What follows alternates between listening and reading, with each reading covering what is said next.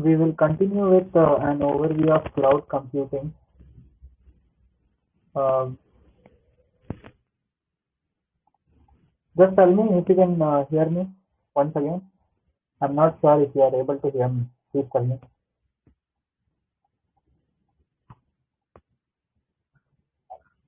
Am I audible?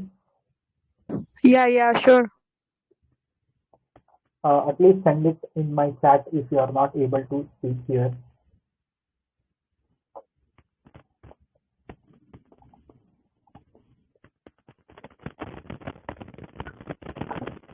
Cloud computing in business. Let me start from there.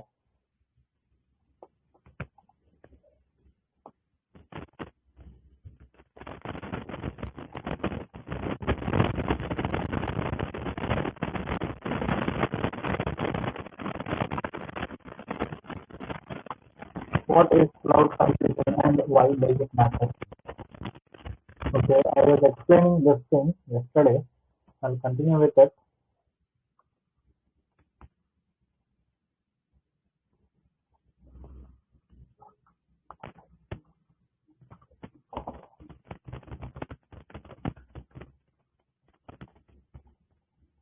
Okay, my voice is breaking fine.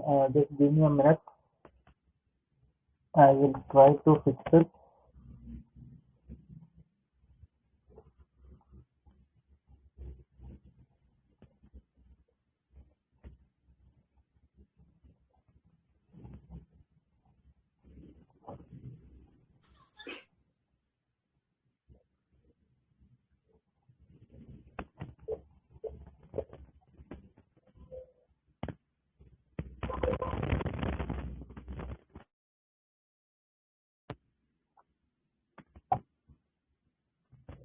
Uh,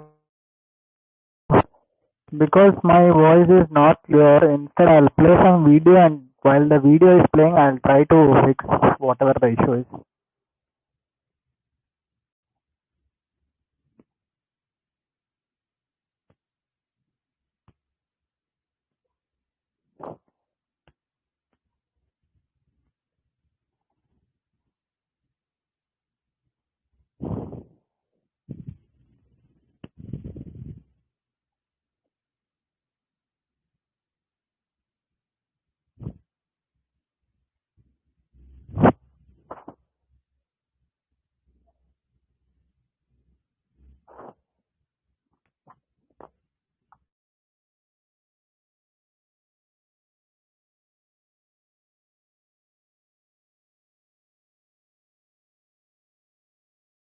Hear me now? Just let me know if you can hear me clearly now. I'm really sorry. There was something wrong with my computer. I fixed it. I hope you can hear me now. Please let me know whether you can hear me now or not. Hello? Yes, I can hear clearly. Okay.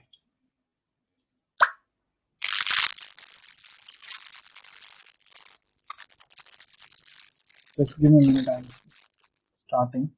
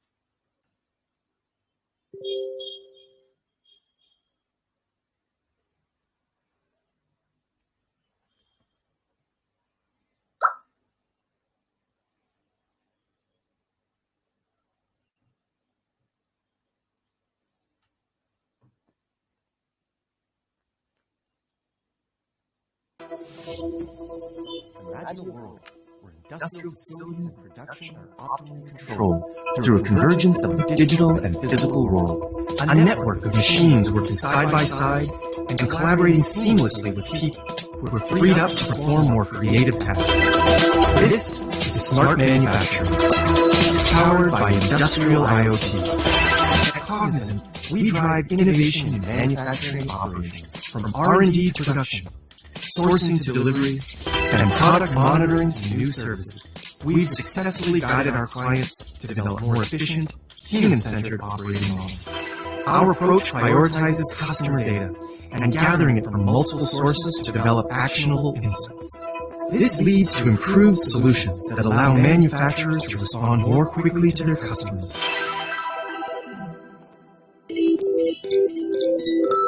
We've worked with a leading packaging equipment manufacturer to help them remotely monitor thousands of machines and detect and prevent service bottlenecks.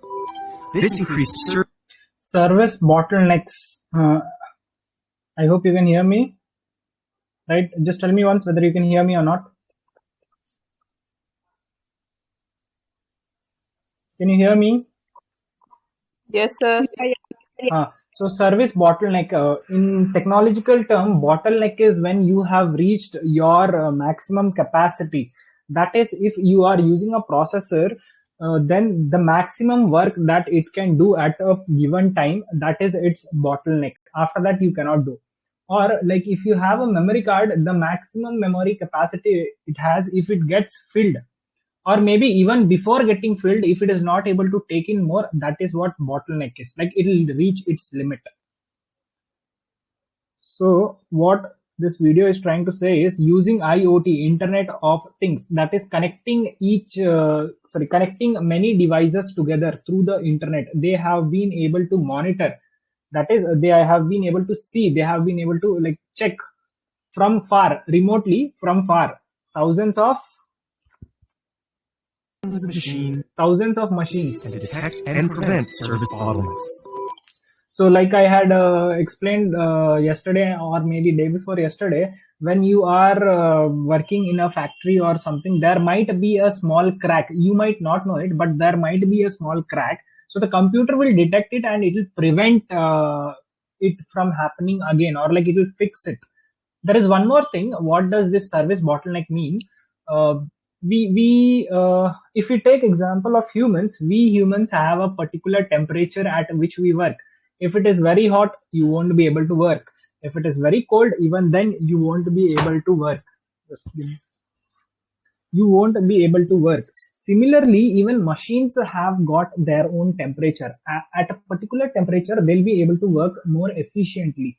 What happens is, suppose a processor works at 4 gigahertz. That is, it is able to do 4 gigabytes or 4 gigabits, I guess. 4 gigabits, it depends. So 4 gigabits of data. Now, before that, I'll tell you what bits mean. Bits, each bit is a piece of data that is written on computer. It is 1 or 0. Actually, sorry, I'm wrong. 8 parts or something. Let me just quickly check it once.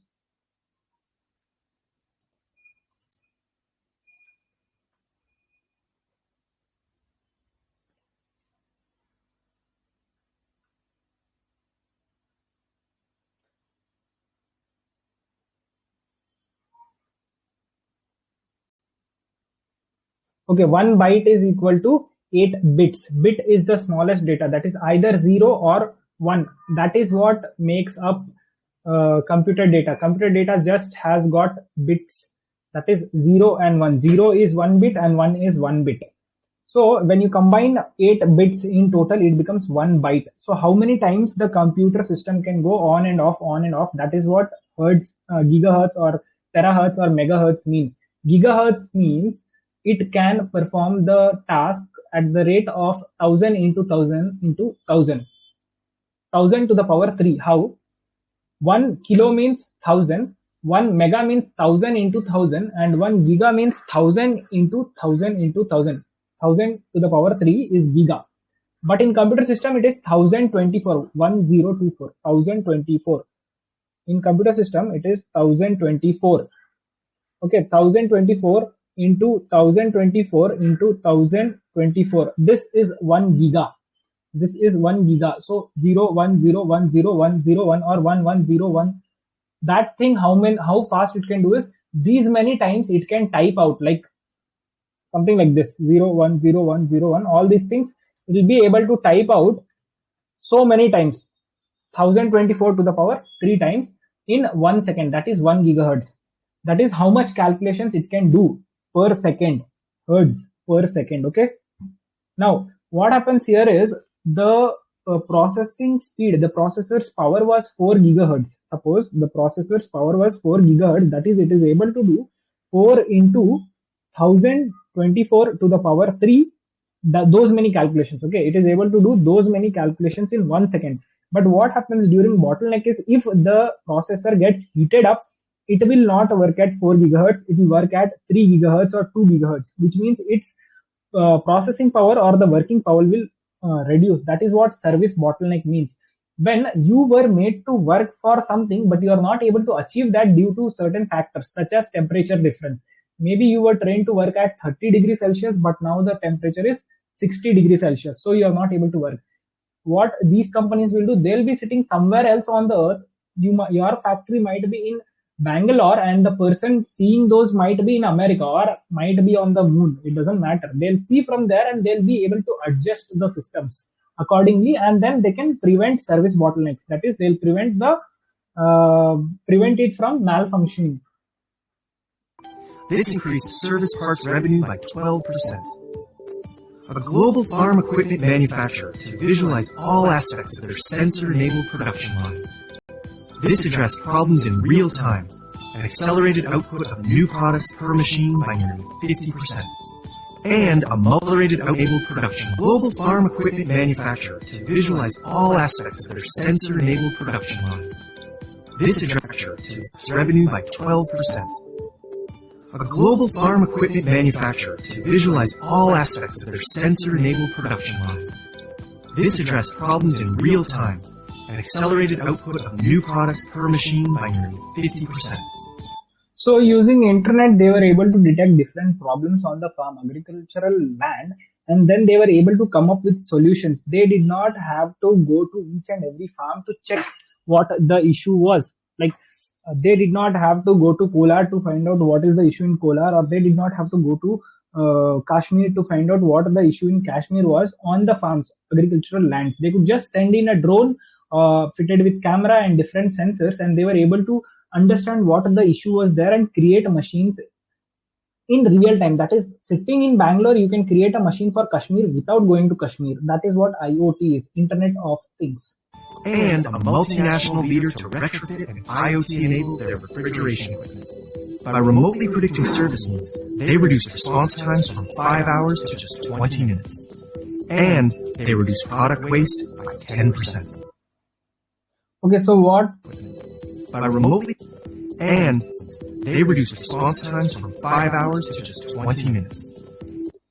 So here what they are saying is, suppose you had any issue, suppose you have any issue in your refrigerator, what would happen is first you will need to book an appointment with a repair person. The repair person will come to your home, he'll check what the issue is, whatever the parts are required, then he'll go to purchase those parts, come back and then fix it. However, if everything was done remotely using internet video call or using sensors in your refrigerator, the serviceman can be sitting anywhere and they'll be able to like find the problem and then come with the proper solution without having to actually open your fridge. Like they could just use sensory data. One very good example is like this thing, Urban Clap company. If you see, they have got their own plumbers in many parts of Bangalore. If you get any issue in your home, plumber or electrician or different workers, different laborers, what happens here is, if you need some help to fix anything, they will provide you a serviceman, handyman, that one which is very close to you. You don't have to like go to the market. Like if there is some issue in your computer, you do not have to carry your computer all the way to the market. In fact, maybe the serviceman is sitting just next to you. he will come to your home. That is urban clap. It is using internet. So even that comes under IoT. Similarly to how Ola and Uber work, they show the vehicles very closest to you. I hope I'm clear. Did you understand what I was trying to say? Everybody? Were you able to understand what I was trying to say now? Answer, or should I repeat? Please, somebody tell me. Shiv. Yeah, Shiv. Yeah, Tell me. yeah, I understand. Okay. And they reduce product waste by 10%. Okay, they are saying they reduce product. Mute yourself. Shiv.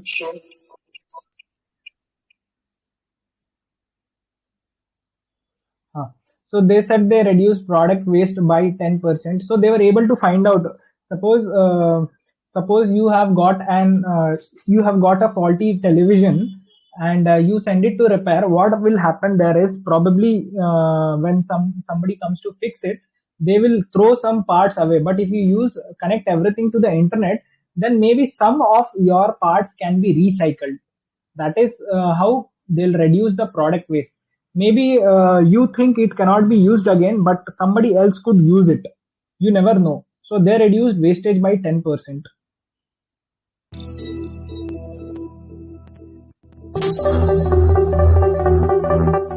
Cognizant is leading the digital revolution in industrial IoT, transforming organizations and enhancing revenues with new ecosystems and business models.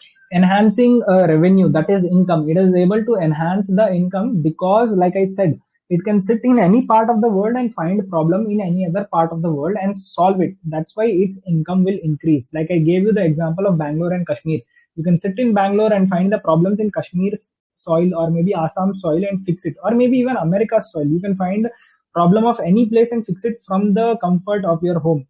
That is how your income would increase. Now is the time for us to help you get started on the path by connecting.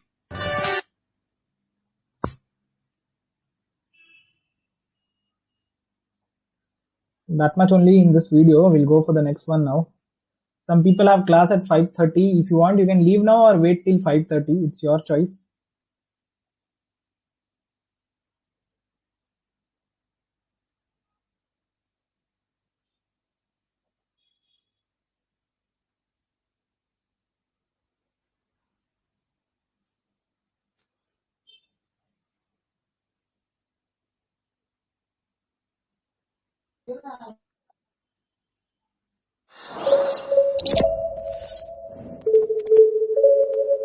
IoT is short for Industrial Internet of Things.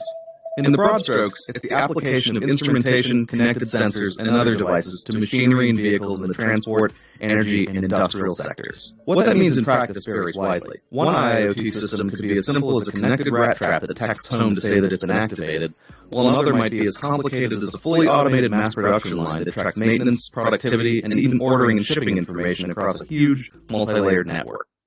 So what IoT means is, IIoT, Industrial Internet of Things, that is using the internet in industries. They use the example of a mouse trap. That is, suppose you have got a mouse trap at your home.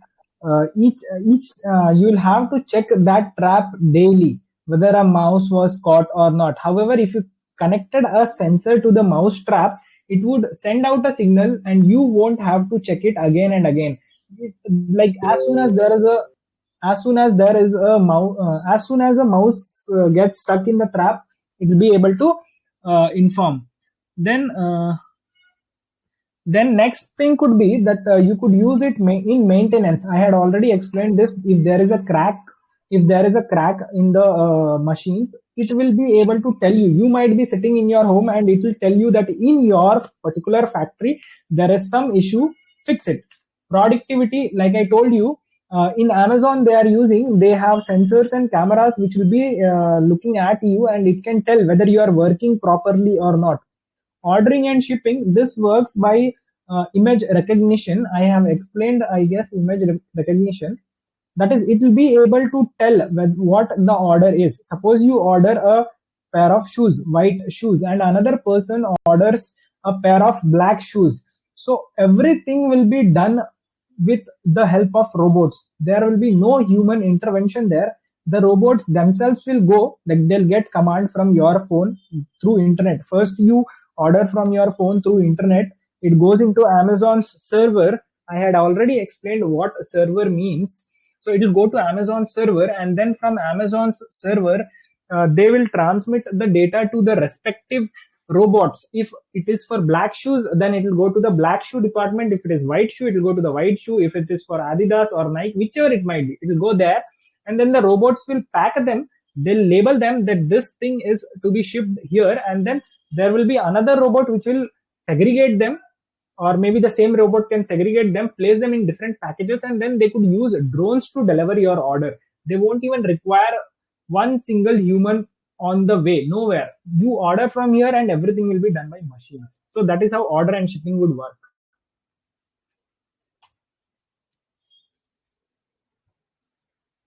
Other examples can range from things like soil sensors and a connected agriculture setup.